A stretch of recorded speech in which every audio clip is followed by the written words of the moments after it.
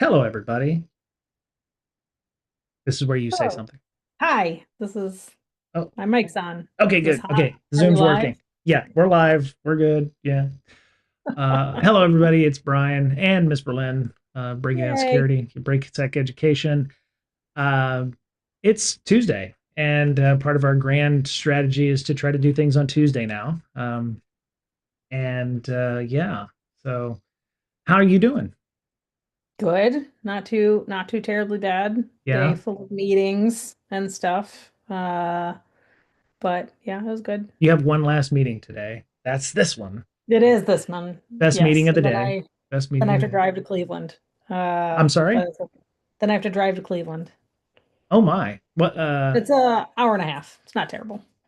yeah, okay. It's not bad. It's an hour and a half. Okay. I drive there all the time. Oh, I see. Okay. Okay. That's cool. Nothing's close here. Yeah. Yeah. That's true. That's true. Um yeah, so I'm good. Thanks for asking. No, I'm just kidding. Yeah. Yeah. How are you? How are you doing today? I was just thinking about driving, but So, yeah. sorry, behind the curtain, we've already talked some about this, but no, I'm doing great. I had another meeting with some recruiters this week, and the job hunt is going. There's a little interesting twist here, and about some things. I don't want to mention that one, but there's a lot. I would say that there are jobs out there for people. I want to stress that to folks. There are jobs out there. I Especially for real people. Yes, not North Korean IT workers, or Right. I mean, there's jobs for North Koreans too. I don't want to There discriminate against are. the North I'm Koreans, sure there are. right? And there, I have yet, to be honest, I have yet to find a job that is a ghost job, but I haven't. That's good. I've Yeah, heard it's rising in occurrences. right. Everything I find on LinkedIn, I can pretty much go to that company site and find that same job, which is great. Good. Um, Good. I've actually, I'm stymied by the number of people who've reposted on LinkedIn my initial "Hey, I got laid off from Amazon" position. Just so many people who've reached out and supported, and I appreciate that. I Are those the bots though? Some of them, some you I do not joke. I was joking. I I've didn't think had they were bots, but I've had about five people who, they start out with, "Hey, what's your salary expectations?" Not, "Hi, I'm a recruiter," or whatever. oh, You start seeing the playbook immediately, and it's okay. All right. in IOCs, and like in indicators of, like, botism or something. It's like the first thing, they don't ask, they don't introduce themselves, they don't say, "Hey, I'm with a recruiting agency. We might have some positions for you." It's like, "Hey, what are your salary expectations? Send me your resume." Hmm. And I go and look at the person because I'm like, okay, I want to see who this person is. And they're a receptionist at some company, and they have like three connections on LinkedIn. And I'm like, maybe you're not a Hmm. recruiter. Or maybe you're retired or something and you don't have anything. So there are a good number of fakes out there. I also have had a couple people suggest I need to fix my resume. They will be willing to help me for $500. Of course. And yeah, and then of course, the latest ones that have just started coming up is, "Hey, I took a look at your YouTube page. You're not monetizing it. Pay Oh, me, and right. I will help you monetize it." I'm like, I don't know. All I'm doing is monetizing you. So um, I It don't is a mon- business strategy. It is a business strategy. Yeah, yeah.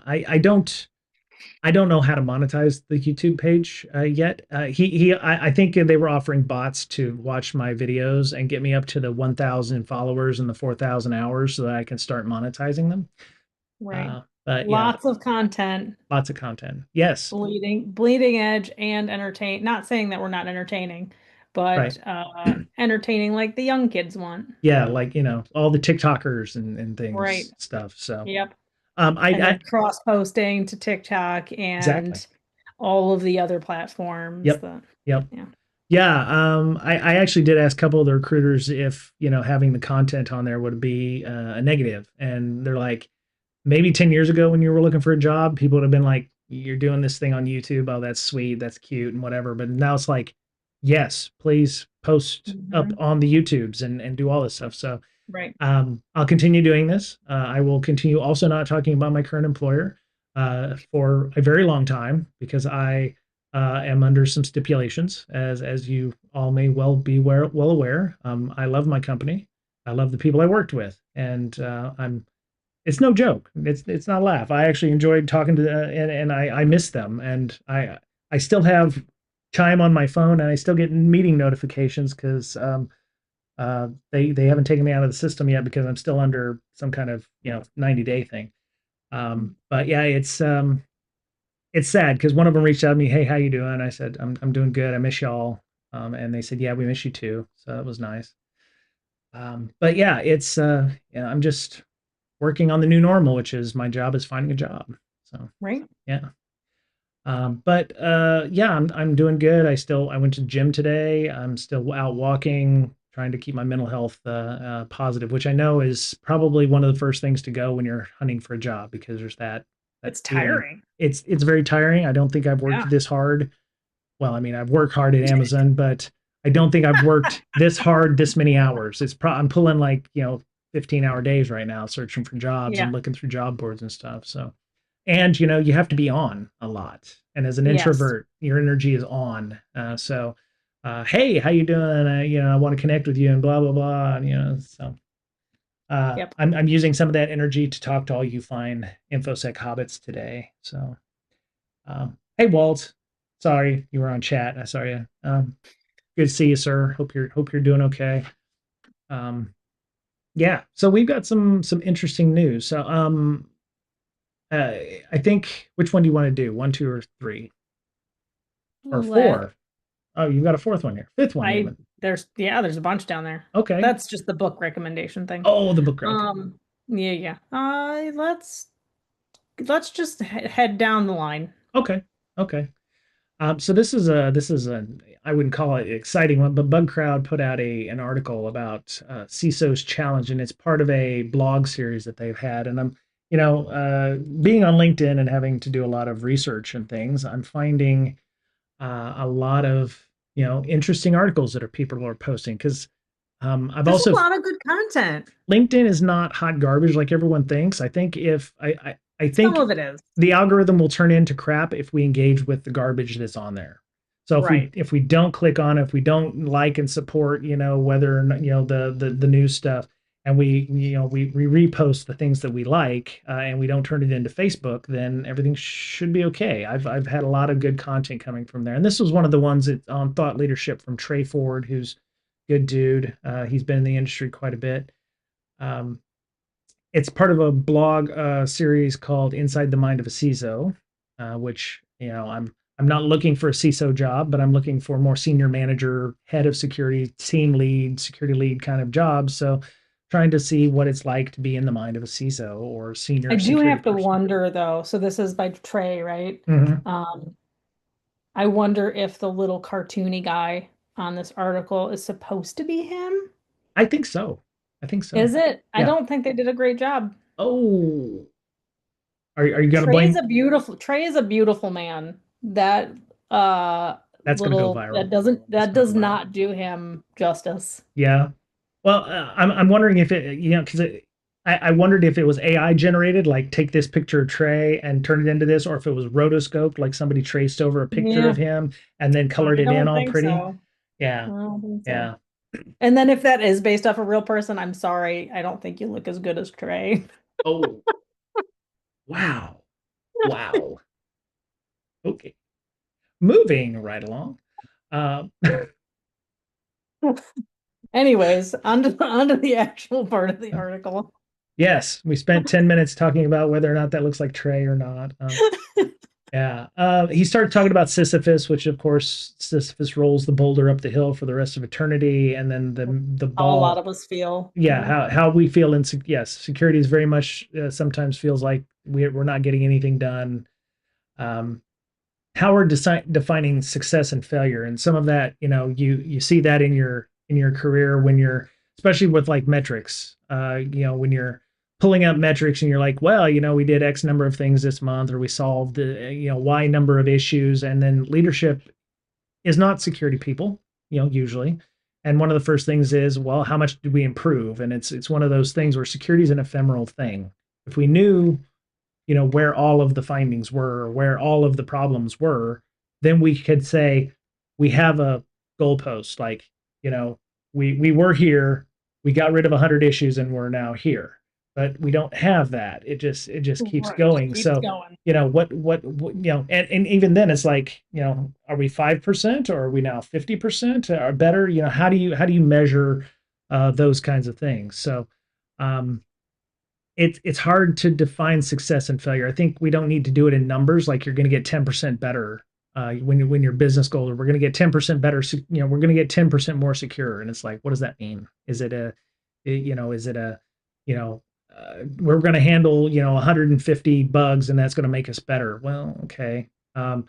So um, it, I think his argument is we're always trying to do continual improvement. So, what does a metric look like that we can show to leadership from a security point of view that would give them an idea that one, they're spending their money wisely instead of, we just spent $50,000 on a pen test to fix X, and did we actually become more secure? Well, no, we just know where we are in regards to that. So, um, Depends on if you implement Scrum or not. is that what it is? Okay. I think so. Well, as a Scrum product Because owner, then you have all those Scrum metrics that you can use. that's true. That's true. Yeah, that is definitely a way of doing it. And It then, you feel worse than Sisyphus because yeah, yeah. of other reasons. Or you can use the metric we've spent $100,000 of success this year, so we're much more secure because we spent $100,000 or something like Yes, that. right. Yeah. Uh, it's interesting. So he mentions the path to objective measurement, which is a adversarial testing. If you third party pen tests can do this. If you're like, we've done all this work, we come in, we're not able to find anything, which has happened to some of the folks I worked on consultancies with. They'll spend 2 weeks and they'll not find anything, and that's kind of bad for the testers or the assessors that are doing it. But that can be a feather in some people's caps in some cases. Um, uh, how do you so Miss Berlin, I'll ask you the question. How does your organization see success? How do you measure success? Is it like in number of clients? Is it in, I mean, for sales, I would imagine, yes, number of Sure. clients, year Right. over year, profits, etc. But so you're constantly improving your detection methods, your product offerings. Are for security for you is different than say a person dealing with PII or something like that. Right. So Right. in your experience, how do you measure your success in your organization? Personally, and like on my team, it's been different since I've shifted into product, Okay. right? So like from a product perspective, we have different metrics that we track every time we have a product release, Right. right? So Okay. like you're tracking new things in the product. You are looking at conversion rates for people that switch to a different version of the app, right? Or that end up paying more or less or whatever. Hmm. We have like weird things like dead click rates, rage click rates. Okay. Rage click is like furiously clicking in the same spot because you're mad. Like Oh it's wow. an anger click. Okay. Okay. Right. So there's new versions and new metrics that I've learned about over the last like 6 months. Yeah. That's real interesting. That That's now I look at everywhere, right? Now that I right. learn that these are things like I can just point out like what people are actually tracking. Like I made guides now in the product to like help people use it and announce new features and stuff. And there's metrics on the guides Oh, of like, oh, if you use this guide and somebody actually turns on the feature, that's a good thing, as right. opposed to Right. using it and then like leaving the application. So you have Um, like a cause effect analysis. Somebody right. viewed this, and then all of a sudden you're seeing this blip, and so you can Yep. show that some kind of direct correlation to, oh, they took the training, they applied the training, they're Yes. now safer. Yes. Right. Okay. Right. Okay. And I try and base a lot of those on my security knowledge because I know like what can lead to better security outcomes, Right. right? Right. Like from a product perspective. And then I know like when I was doing all the IDE stuff, it was like amount of detections released into the product, right? Hmm. Because every new detection you test and create and refine is more value, Right. Right. along with um, like reduced need to uh, modify and tune the ones we do have. So Okay. it means you did better testing Right. and covered more bases like when you initially did it, Right. as opposed to like in the beginning of Lumira, we're like, I don't know, this looks good, and Yeah. then added it. There's way better testing infrastructure and everything in place now. Well, that's So part it of really your depends. maturity, right? So Oh you're yeah. building maturity over time. Yep. Um, yeah, I've got to go back to the various clicks. How do you measure the clicks? So I'm imagining somebody's like, Yes. normal time is click, click, click, click, and then the rage click is like click, click, click, click, click, click, click, click, click, click. Is there like a fear click, like You like know, I almost wonder if it's like if there is, and I have to look into it, if there's like an intenseness in like, you know how when you type and you're angry, you like push harder? right, right, right, right. Like I don't know if like it's that level of information that's getting to us. Because Measuring it's the like the app that we use mouse that's integrated. accelerometer, or the how Yeah. the force of the click, Like real hard clicks. yeah. Like, is that a rage click? Like, I really need to dig it into it a little bit more because I know what a dead click is. You click somewhere and it's not actually doing anything. Like a Uh, dead link, or you're just clicking uselessly on the UI, like they want to see something from the like, graph, or they want to. yeah, they clicked on something that they think should do something and it's not, Right, right. right? Do you ever do like hovers, like let's say Mhm. they're expecting maybe a value when they hover over a bar and it's not there because that doesn't exist? No, but I bet you it's possible. Did I just create you a feature? It's probably a feature that's in the product that we use to Okay. track all this stuff. All right, I'll send you my invoice for Yeah, consultancy here.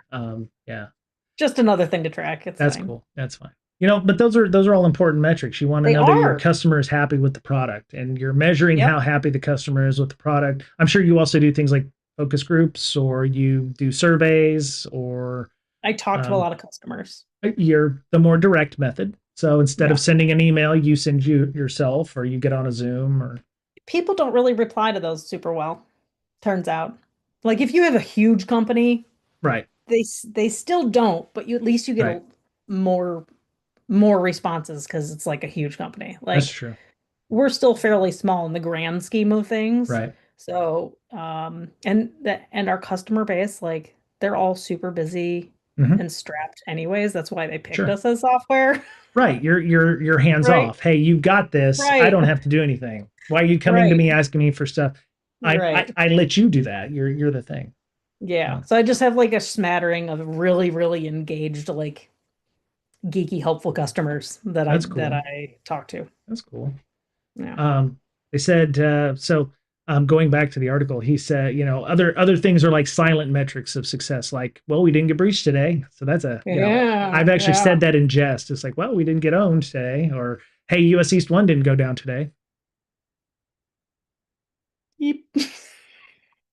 Oh no. Um, anyway, or we have events, or there might be things like she'll do special events, or especially for like bug bounty, where you'll get a bunch of findings in all of a sudden, and Hmm. some people like to know that their products are important enough to be bountied, or they should be getting regular bounty stuff. So some of those is like, yeah, we've had X number of submissions this month from bounty researchers. Oh, cool. Okay, then we're popular, and we're getting seen, and we're getting tested, or we're getting evaluated on a regular basis. So Yep. um, I I think the idea of success or failure in some respects is difficult. And I think that's where you need to discuss with your leadership what they consider success for the security team, and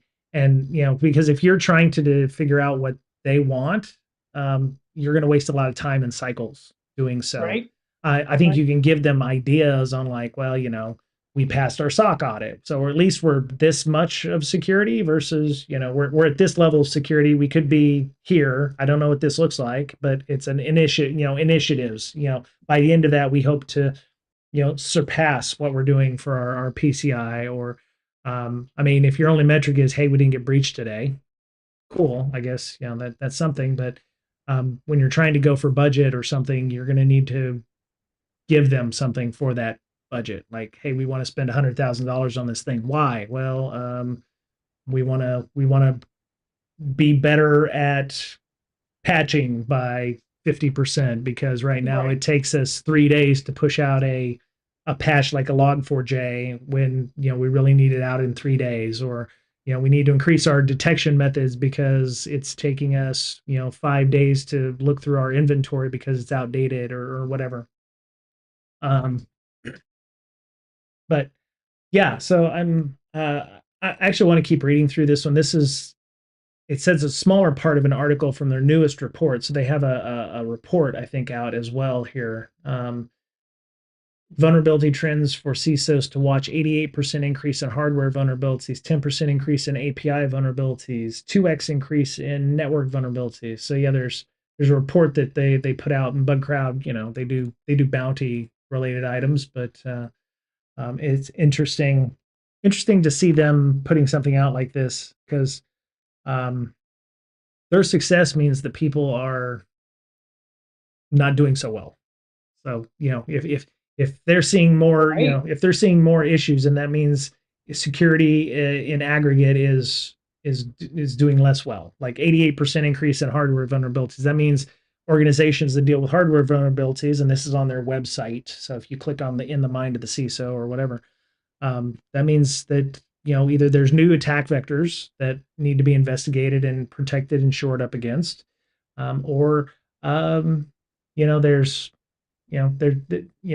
there's other things that are involved there. So Which I'm sure with like AI and everything now, their bug bounties have just like increased I did read an more, article. I imagine. I did read an article saying that like there's an AI bot or an AI bounty team out there that is like supposed to be like grabbing the lion's share of money. I haven't seen that in a while, but Well, um, also like not specifically like bugs tied to an AI feature, but right. bugs that AI coding has come up with.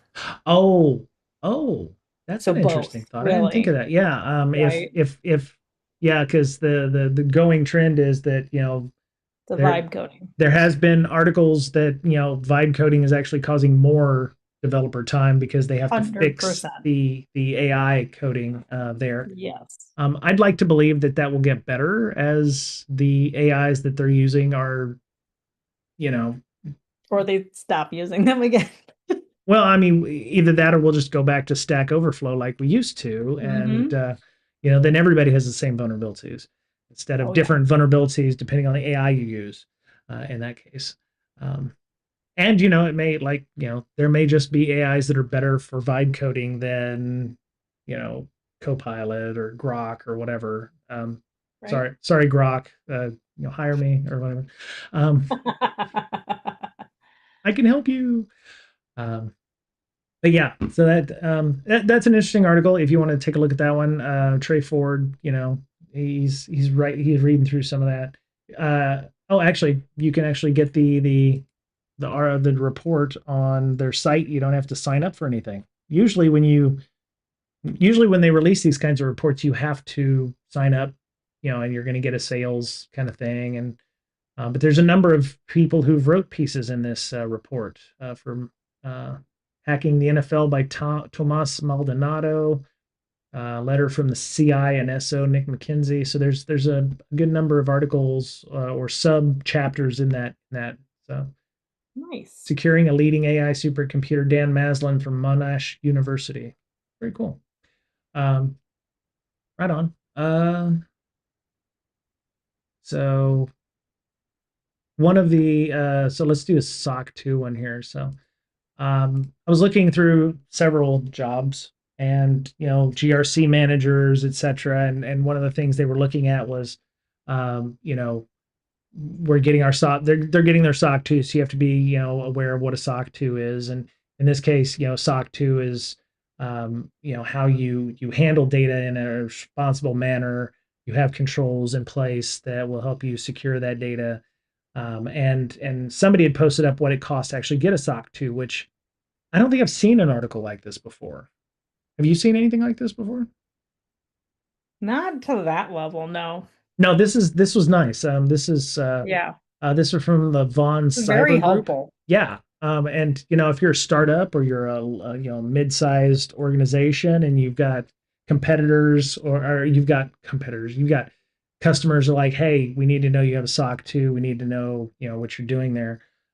Sometimes you can say, well, we're all in AWS. So there's a SOC 3 that you can get for your data center. AWS will issue a SOC 3 that you can give your customers, showing the controls that like AWS has. And I know this because when I worked at CrowdStrike, we had customers come to us because we were still in startup form, and they were like, "Hey, we need to know you have a SOC 2, and give us, AWS's SOC 2." And we're like, "You don't get AWS's SOC 2.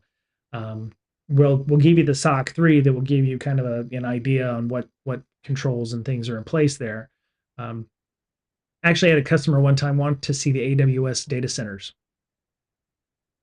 Yeah, Like they were. like a picture? No, they wanted a tour of the facilities. They were like, "Well, if we work with you as a customer, we want to see the data center where everything is." And I was like, we're in AWS, so We're in AWS. yeah." And they're like, "Well, how do you get access to the cage?" And I was like, We don't. and again, this was in 2017, but the cloud had been around for almost a decade, so you would have, Sure.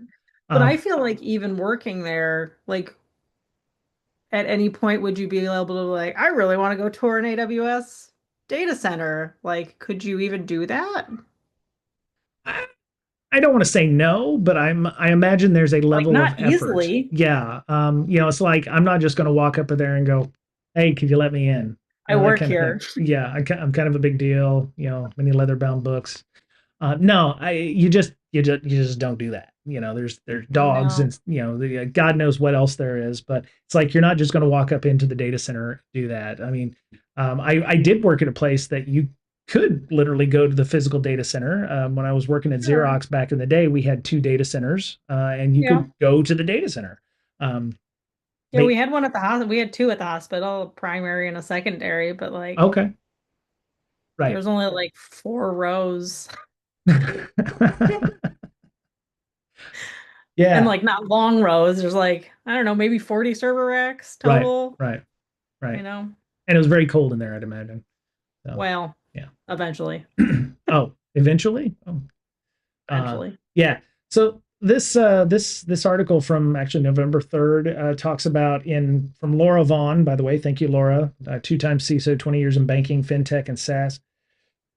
Um, the audit fees are anywhere between 15 to 50K, and it depends on the size of company and complexity. I would imagine some of that would also depend on which company you wanted to work with. You're going to work with a big four, you're Right. going to pay the premium big four Right. cost.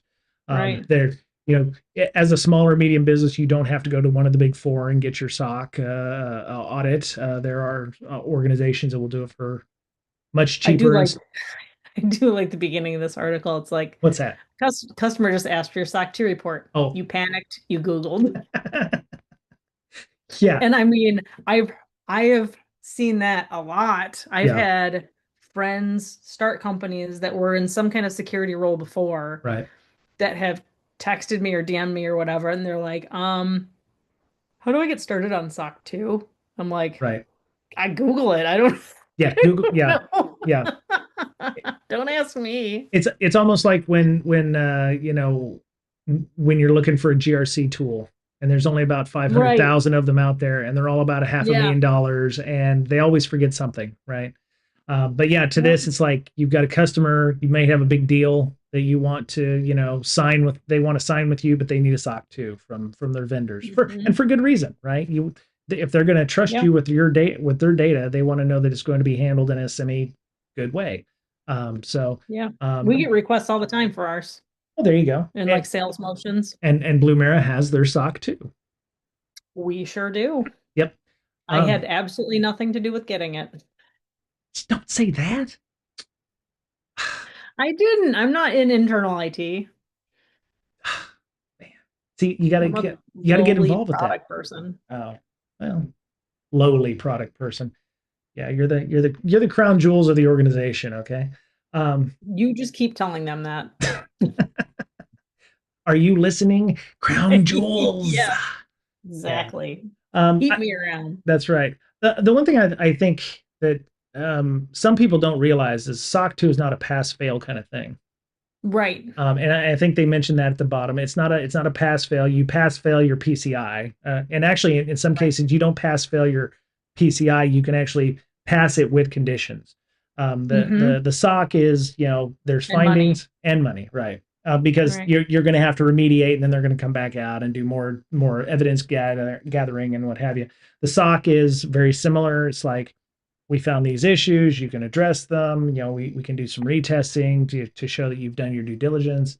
But yeah, 15, the other thing is there's a year over year cost for a lot of SOC 2, depending on the solutions that you collect. If especially if you need MFA or monitoring, like, or if you want to, if you have to buy endpoint security protection,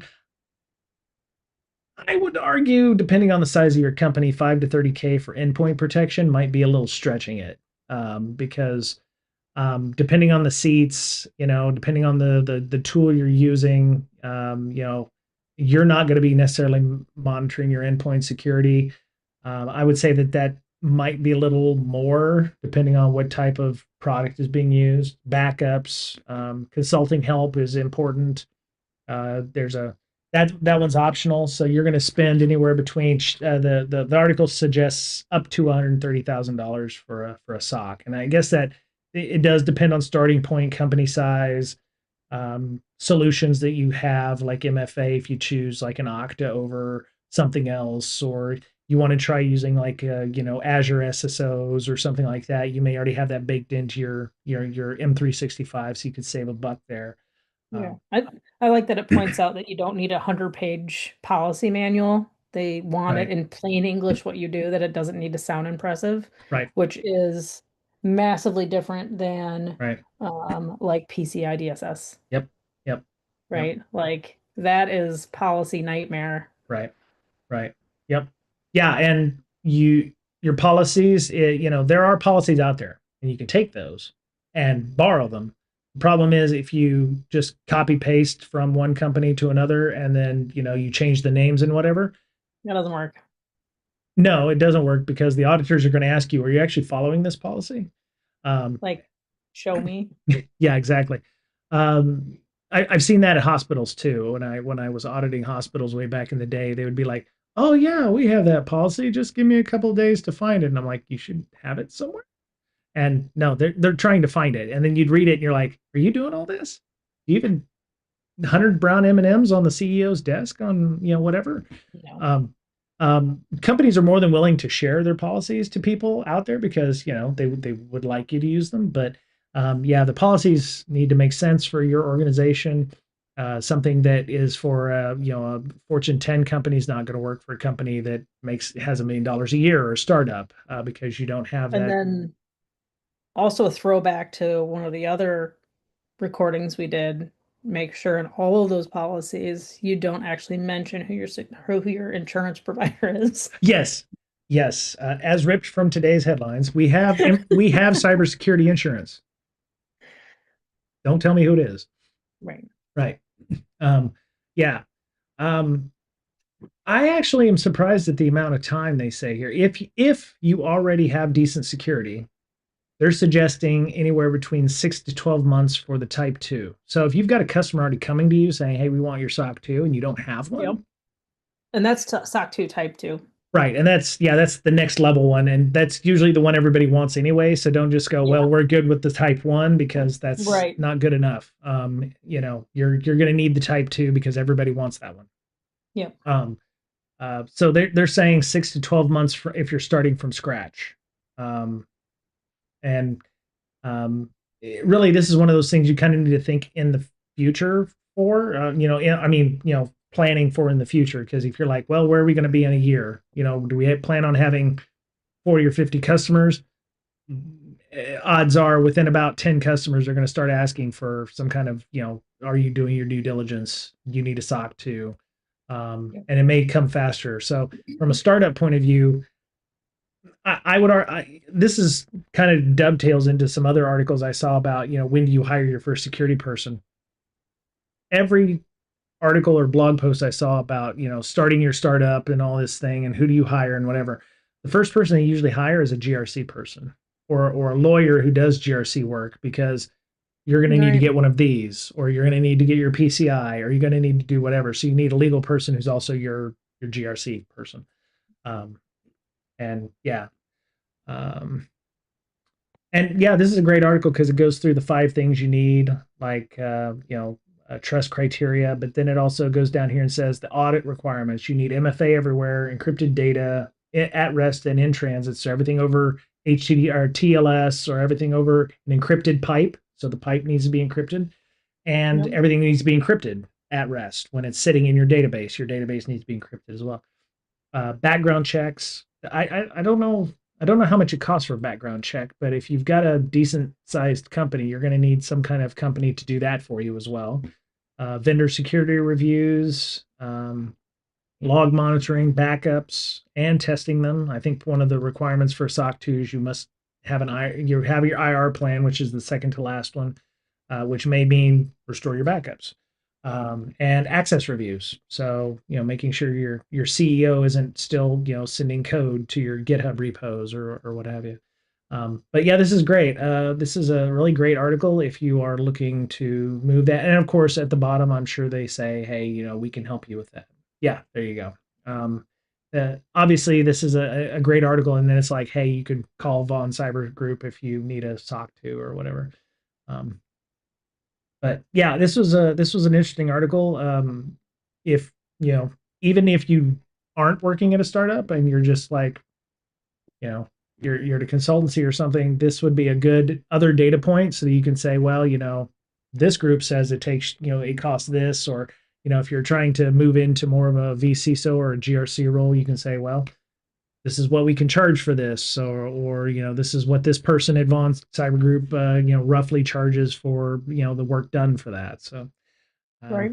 and if you've got a company that said, yeah, we'll give you a SOC 2 for type 2 for $300,000, you're like, this company says, roughly less Seems like than a little that. much. Yeah. Right, exactly. Are you, unless you're a KPMG or a Price Waterhouse, um, and maybe that's something you need. Hey, our SOC 2 type 2s from Price Waterhouse Cooper. And it's like, oh, ooh, oh, ooh, that kind of thing. So, but yeah, um, you should get involved with the SOC 2 stuff. It's fun. I hear. Oh, I love doing it. It's so great. Uh-uh. Like my career path went a different direction. Yeah. Yeah. No, that makes sense. That makes sense. Um, Okay. Yeah. So okay, so we got the next article, and you posted this up. So I'm going to post the Italian version because that really gets to it gets really to the heart of the matter here. We can do it in Italian. Do you know Uh, how to speak Italian? It's me, Mario. No, wait, that's not it.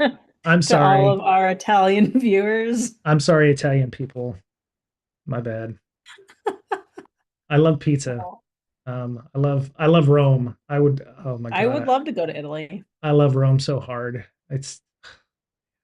I last time we went there, it was like 40 C or 104 degrees at noontime, but we'd have breakfast at the hotel we were at, which was right next to the U.S. Embassy. Um, I just went and I walked around. I got lost in the city, and then it was like, okay, I need to turn around and go back to the hotel. And then I got on Google Maps and migrated my way back. But it's just an amazing city. We've been to Genoa, Savona. We've been on a train ride up the coast from Rome to Genoa and Savona, and that was lovely country. And we're planning on going back there next August on a cruise if the stars align for that. But love me Nice. some Rome. Love the Med. I just love the Med, so it's just fantastic. Anyway, um, why don't you introduce this? So I know we've all heard of it, right? The I'm jewel sorry. heist of what they were they calling it? The jewel heist of the century or Right, something. right. 88 the $88 million heist at the Louvre. Yep, yep. Um,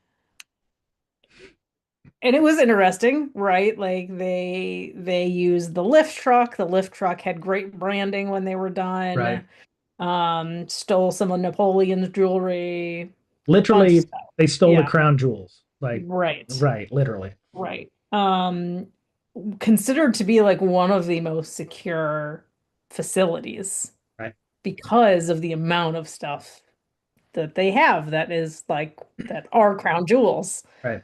Uh, However, they don't really have crown jewels, I guess, in their security. Ah, yes, yes, yes.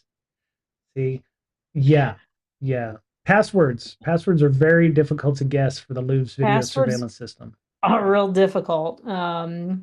According to two different parts of this article, their video surveillance server, their password was Louvre. Okay.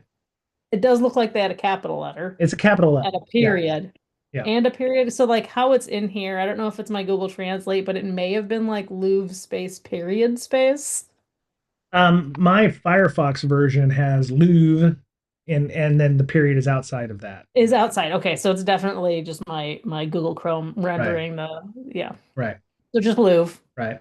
And then for their other security software, From what was it? Talus. Talus. Talus. Yeah. For Talus, they had the password of, was it Thames? Talus. Or was Talus? Yeah. Okay. Yeah. Now I don't know what they're using Talus for. Historically, my knowledge of Talus is they do like hardware security modules, so like storing secrets in that you can retrieve via API or what have you. Right. They store secrets, and it's almost like a hardware one password kind of thing. So all of your secrets are inside of that, and then use something to access it.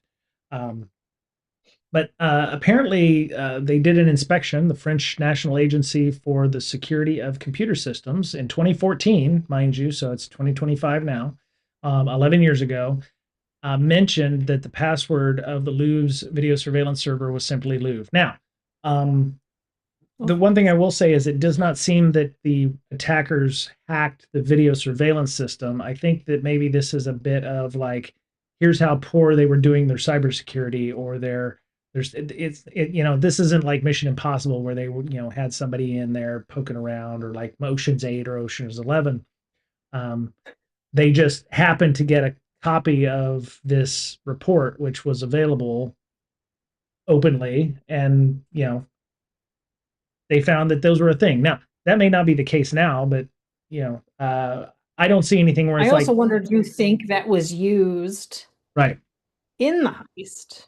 right, Like there was an inspection, they like proved the fact that that's what it was. right, right. I think if their passwords are like that, they probably don't have the best logging. Well, and again, this was in 2014. So if this was like, hey, Sure. the theft that took place, if they could say, okay, well, the reason that they got away with the crown jewels was because the attackers knew the passwords because they guessed that it was Louvre and Talus, and they don't Right. have the video or whatever. So it feels like maybe this article is a bit on the, well, if their passwords are this, how good their security, how really good was their security. Um, uh, I, I, my thing was, the fact that maybe all of the security was on the first floor, Maybe. you know, and so And then that's they raised to the second floor, the second floor has less security because defense in depth. they took an angle. They mean Yeah, they mean legitimate depth. right, Like when you say defense in depth, that right, also means like multiple. floors Yeah, of ding, ding, buildings ding, ding, too. ding. Yeah, yeah. Right. I mean, they were brazen about this. They had yellow vests. They looked official, construction workers or whatever. We know it works. we have we have the I've heard people saying that they have UPS shirts so that they can Do look you like they're think they delivering went to hack packages. Paris? Um, they could potentially hack Paris. No, no, like Hack Paris is like a conference over there. Do you think they went? Oh, I don't know. That would. makes sense. I mean, they have arrested 7 people so far, so they must have had some kind of camera information. 4 people have been indicted. 3 of these would be directly involved in the robbery. The fourth person was charged with complicity, which, according to the translation here, I don't know what that means exactly, but my guess is aiding and abetting. So maybe they rented the the work truck or whatever that it was in, or maybe they were the Right. getaway driver or something like that. A lookout somewhere. Yeah, lookouts or some. Yeah. Uh, they said these were common criminals residing in the outskirts of Paris. Those responsible do not belong to Wow. an international organized crime, as some could have thought, but these are common criminals. So it's like, how would you know that? How would there had to have been some planning involved. I mean, I've watched Ocean's 11. I know there's some planning, Right. right? Right. It's like, you know, A common criminal doesn't like rob the Louvre. yeah, and they stole 88 million euros worth of stuff, and I'm like, what are you going to do with Oh, that? maybe they're just national organized crime, not international. There you go. Yeah, yeah, I would give them some credit. yeah. I wouldn't. Yeah, I mean, it could be that they're trying to downplay that, but yeah, I mean, like, how are you going to move all of those jewels? I saw Ocean's 8. They They're took heavy, they took right? the stuff apart. They would be fairly heavy, I would imagine. Yeah. They were able to get away with that stuff. I just think that the camera system and those it's funny that they had those. Maybe I'm hoping they fixed those, and that's not the case. But um, yeah, it I just sucks that find it, I mean, I find it interesting, probably the same for a lot of the same reasons that everybody else does. no, it's Like real. you said, It's real. Ocean's 11. Yeah, it's real. It's real people problems. It's Yeah. like how many people have had admin passwords as admin or admin one two Right. three or something. So Yep. they are not just because they're a museum. They thought that they were okay, and that makes a lot of sense. So at the time of the inspection, yeah, which appears sadly confirmed by fact. Okay. Um, Most people they even who knew each other even before the robbery. 2 of them formed a couple and were living with young children. All the criminal records for common offenses for aggravated robbery. Yeah, Oh, I'm. I mean, they pretty much threw a brick through a window, grabbed what they could, and ran. That's it didn't have to be complicated. It didn't have to be sophisticated in this case. no, Which is, I hate saying that's great because it's not great, but not great. it's like you have cybersecurity controls, you have physical security controls, and they still didn't survive somebody with an angle grinder to the second floor with a lift, that kind of thing. It's In like broad in daylight. broad daylight. Yeah, exactly. Um, yeah. They acted without external support, that they could not rule out other accomplices. My thought was it was an inside job. Somebody inside knew that, hey, maybe I would turn off the sensor for this window or something like that. And that's what I was thinking about when you mentioned that they had were able to disable some security features or something. But Or like direct the towards the opposite hallway. yeah, yeah, or Right. they knew the password so they could turn the cameras off. But if they got arrested, somebody must have noticed something. So Right. yeah. The Louvre, already under pressure from the blatant theft, must also now face the shame of a fragile computer system, which may have unwittingly paved the way for the blow of the year. Easy, bro. That's yeah, that's a Easy, little bro. reaching. Yeah. Um, but yeah, if you're, if you have default passwords or easy passwords on your systems, you're no better than the Louvre in this case. And some, or maybe if they've changed them, great. But yeah, I'm sure they have by now, yeah. Hopefully, in the last 11 years, somebody has saw fit to change that. or at Um, least in the last month. yeah, in the last month, right? Yeah. I love the Louvre. The time we went to Paris was between like Omicron and whatever from COVID, but um, the lines to get into the Louvre were huge, and never got to go in. But we walked past that glass dome, and Paris is another one of those cities I would love to live in if I could afford it. But yeah, it's a good time. So um, that was interesting. video surveillance server. So at least they found the people. So I mean, they're gonna figure it out. Maybe they'll be able to even retrieve those jewels. My guess is they would take everything apart and try to sell them individually, individual pieces, or Right. cut Data. up the bigger bits, and auction them off as a separate bits. So Right. not a good day for the Louvre from a physical point of view, and they'll probably work on their physical security. And it is what it is. So, Operational. Yeah. exactly. What's this one about the scouting? You can get badges in AI and cybersecurity now. Hmm, okay. And it's not just the Scouts, it's the Girl Scouts also. Yeah, yeah, Scouting America, right? So they're Because yeah. I somebody reached out to me that was like a friend of a friend that knew me on Facebook, and they're like, "Hey, we have this Girl Scout troop. Can you come teach them about cybersecurity?" That's awesome. Yeah, I'm like, "Sure, why not?" That's great. So, yeah, if you happen to know any like scouting organizations in your area, Yeah. it's a great opportunity to teach some kids. Yeah, exactly.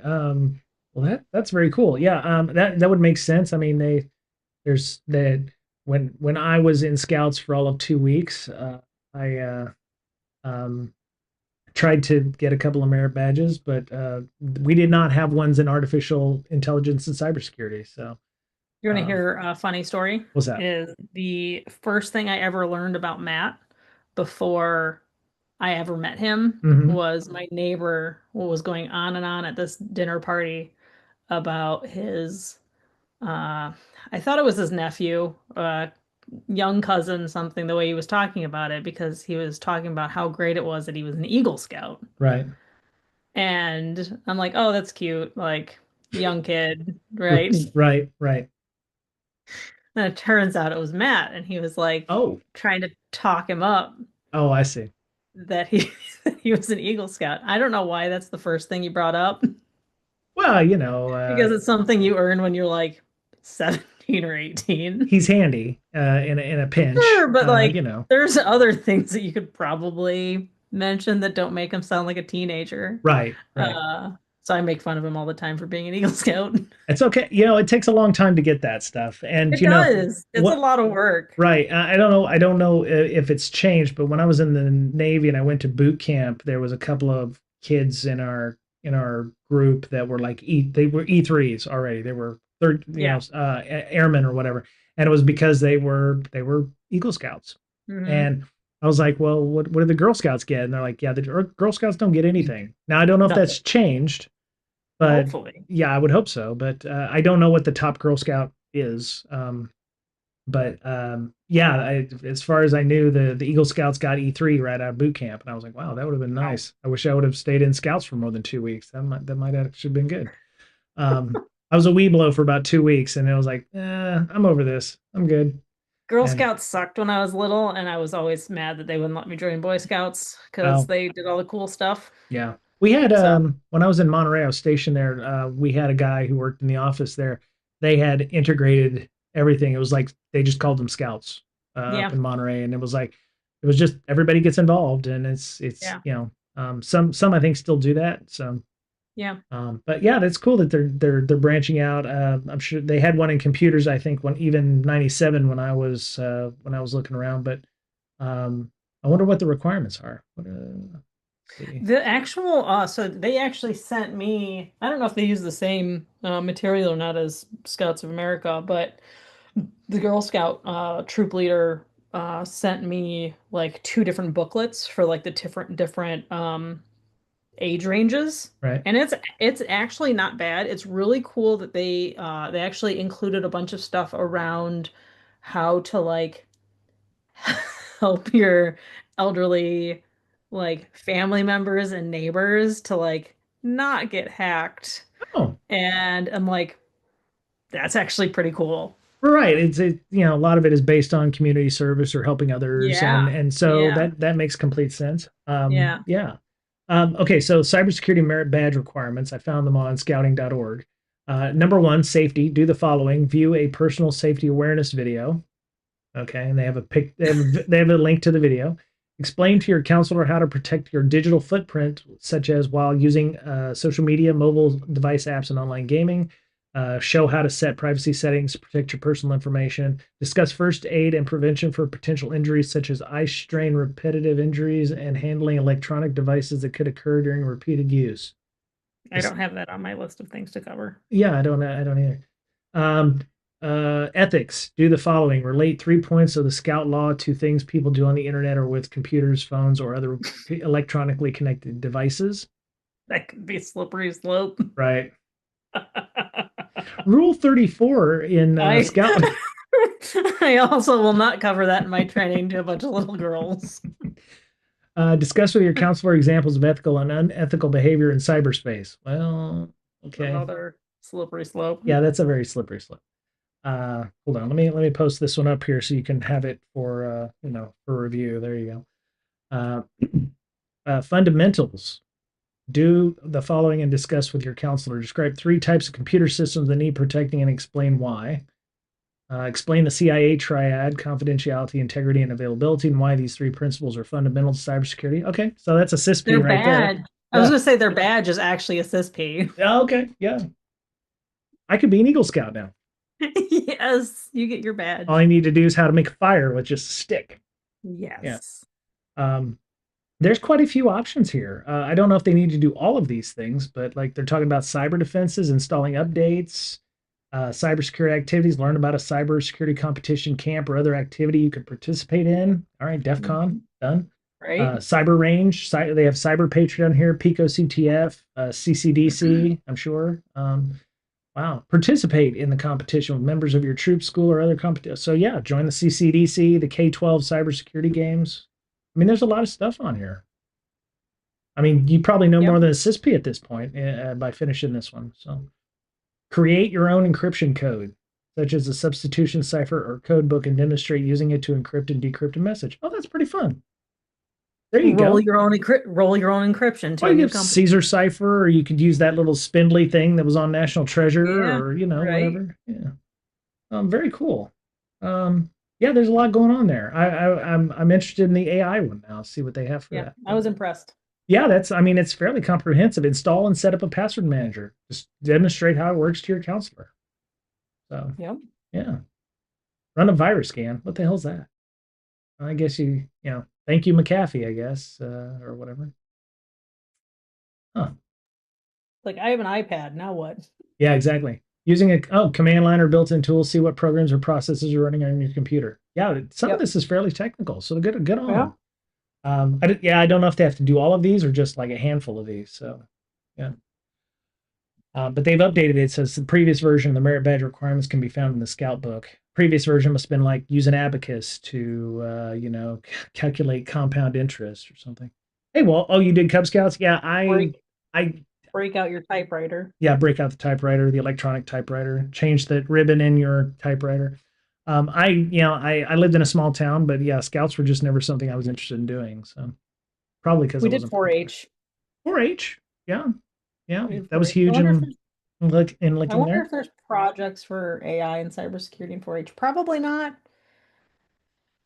You'd be surprised. Farm science and stuff is starting to revolutionize. I mean, they're using drones and high intensity spectral analysis to look at crop health. They're using large data sets on I don't know if it's just Monsanto and those are doing it, but you could probably hire a drone to do some hyperspectral analysis on whether or not your crops are getting the proper nutrients or whatever. I mean, there's a 4-H clover bud activity for using a cipher wheel to support cybersecurity. Okay. There's not much more than that. Huh. Cipher wheel for secure farming messages? Okay. But this is grades 3 to 8. Oh, okay. All right. So yeah. Interesting. Use a high-tech AR experience to help stop the hackers and save the day. And that was in 4-H? They have Galactic Quest STEM challenge kits. Oh, that's cool. That's interesting. I can imagine 4-H being a STEM kind of thing because it is, agricultural engineers are, it's an engineering STEM kind of thing. So, Yeah. wow. Mm. Okay. Yeah, so you can go check that out. You might be able to volunteer if you're looking for volunteer opportunities at a local scouting to, like Miss Berlin and teaching them how to run a virus scan on, install McAfee and, pay $29.99 and run a Oh virus no. scan or whatever. Actually, the more likely would be CCDC or, helping them with Yeah. hacking, Pico CTF or running a CTF for them, which is Yeah. that would be awesome. That'd be a good use of time. So, um, wow, man, I wish I was a scout now. I'm a little old, but okay. So you have this book here, Agenic Design Patterns, Yeah, you were talking about some of the stuff that you were learning. So I right? just put that in there. That's the book we're covering in our engineering slash anybody that wants to be involved book club at work. Oh, okay, all right. Yeah, I had been talking to a mentor. One of the things that I actually have a couple mentors now to help me find a job. To help these things, had posted some links to me. Stanford Online has a free AI course for folks that are interested in learning and understanding AI. I assume this one's a bit more vendor agnostic. They actually have the courses online because I'll have to find the link on LinkedIn because somebody said they leaked it to their YouTube channel. So if you go look for Stanford University's YouTube channel. You can find their stuff for that. IBM also has an AI course with a certificate called AI Fundamentals that is free. I'm just going through it. It was kind of interesting. It's one of those things where you can get a certification. I don't know how effective it is, but uh, it's very Watson heavy. So like Watson can do this, Watson can do that, et cetera, et cetera. But you get the idea of how AI can be used to create graphics, the basics of things. And it's a 10-hour course, which I probably can use for my CISSP credits as well. So uh, yeah, there's plenty of stuff out there that is free for AI training. You don't necessarily have to buy it. Right. And make it available to people. So, is there anything else that we want to talk about? Some awesome threat intelligence stuff that I found on GitHub from what's this person's name here? H. Slatman, who's got some awesome threat intelligence feeds and tools on GitHub. I'm going to DEF CON this weekend, so if you're going to DEF CON as well, DEF Con, Death, not Def. DEATH Con. All right. It's for all the thrunters out there. If you like thrunting, uh, they're gonna kill me. I hate thrunting. I hate the word thrunting. Yeah, threat hunting, I like the death acronym. We use that internally. We right? did anyways, all the time. Like we had a Death Watch channel Okay, and in and Slack for the longest time as our internal IDE channel. and those for myself, and in the back, death stands for. Detection engineering and threat hunting. There you go. Um, so yeah, It's a great acronym. no, it's great. I love it. Yeah. It's Yeah. easy to Thrunting is remember. terrible. Right, right. Thrunting is awful, apparently. Don't use thrunting. Uh, and so yeah, I'm in my searches. People are posting stuff on LinkedIn at a great measure. There's uh, networkdefense.co. There's a course on threat hunting for beginners. There's labs that you can set up for those things. A couple of the ones that I found was like, oh yeah, set up this stuff, and get free Splunk. I was like, okay, yeah, there's probably other things that you can use that aren't Splunk. There's elk stacks and stuff like that. There's a bit of, I would say probably Splunk is probably going to be easier to set up and use. But if you want something that's going to be free and last, no, no. Is there something easier and cheaper to set up, Miss Berlin? That's a hard question to answer right now. Okay. we will have a full version trial here in the next month or so. Oh, oh, maybe Yeah. maybe we'll have to have a Blue Mirror sponsored event or something on here to. Yeah. I'm real excited because Okay. our previous trials didn't actually include the full product, Oh, I see. and now it will. So Okay. I'm kind of really excited about that, but I don't know Very an cool. exact date yet. All right. Wow, right on. And then I actually had something, the LLMs, the illusion of thinking was a long form article from a couple of websites about, LLMs, are they actually thinking? Because I was looking at, researching various types of attacks and, why hallucinations happen. Why do they decide just to go off the rails and start saying the sky is green or some shit? So, um, but yeah, there's we always have a lot of good content in our would you like to know more stuff. So I'll post those up in the YouTube channel as well. Yeah. I saw a Uh thing that OpenAI got caught lying to shareholders about how much the AI actually lies. it only lies 35% of the time. No, really, it's actually 80 or something And like that. like all of their graphs that they provided in like this presentation where, I mean, we've all used graphs before. You know how easily you can make them look like it's something it's not Oh if you yeah, do it right. yeah, They were doing a lot of those tactics, like they didn't include a y-axis or right. like the numbers were mixed or whatever. Yeah, so it Uh, was like a lot of that stuff that they kind of caught doing. okay. Wow. I found an article from the 18th that were saying the OpenAI released Monday some research explaining how it's stopping it from scheming, but it's a practice in which an AI behaves one way on the surface while hiding its true goals. So I don't know if that's the. If you find that Mhm. article, I'd love to read that. Yeah, yeah, I'll find it. But yeah, so I smell dinner, and it is probably getting late for you, and you need to go to Cleveland, and it is dark. So It gets dark at like 4 o'clock. So that's true. It's already starting. I hate daylight savings time. yeah. Or I hate regular time. We're back on regular time now. So, um, how would people find you if they wanted to, talk more about, LinkedIn. scouting and on LinkedIn? LinkedIn for sure. Okay. Yep. I'm Okay. on the other platforms still, just not as much. Yeah, I somebody asked me if I was on Mastodon or infosec.exchange. I'm like, I have an account on there, but I haven't been on Mastodon in months. I'm on and it's like in a tab in my browser. I Right. just am not as big into social media as I once was. Yeah. Yeah.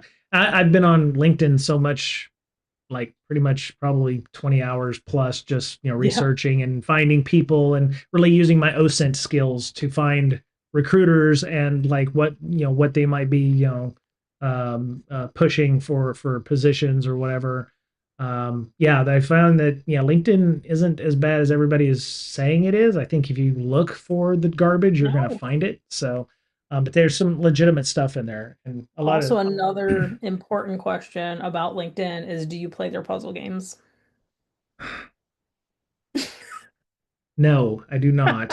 But apparently, 1,000 Amazonians are like on Zip, and I should play Zip, and I'm like, no, I'm good. I I'm held good. out for a while, but I'm like an avid New York Times like game person. Okay, Like I okay. do the crossword puzzle every day. I do Wow. connections every day.